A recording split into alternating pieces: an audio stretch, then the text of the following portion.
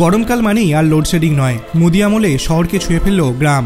গ্রীষ্মকাল আসছে মানেই শুরু হলো ঘন ঘন লোডশেডিং। চিরাচরিত এই বাক্য থেকে শহুরেরা অজানা থাকলেও গ্রাম কিংবা শহরতলির বাসিন্দাদের মুখে মুখেই ঘুরে বেরিয়েছে এই কথা। তবে সেই ঘন্টার পর ঘন্টা লোডশেডিংয়ের দিন আর নেই।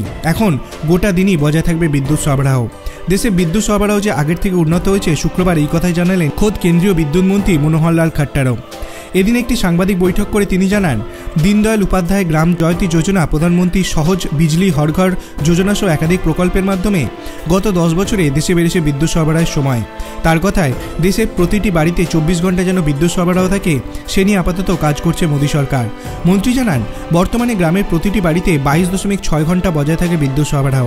অন্যদিকে শহরের ক্ষেত্রে সময়টা একটু বেশি, সেখানে 23.4 ঘন্টা বজায় থাকে বিদ্যুৎ।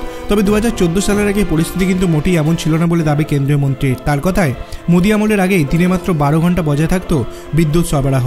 আপনার কি মনে হয়, সত্যিই কি মোদী সরকার আসার পর বিদ্যুৎ সরবরাহ আগের থেকে অনেক বেশি উন্নত হয়েছে? সেটি আপনি ভিডিও কমেন্ট সেকশনে জানাতে পারেন। ভিডিওটি ভালো লাগলে লাইক করবেন, চ্যানেলটিকে সাবস্ক্রাইব করতে ভুলবেন না। ধন্যবাদ।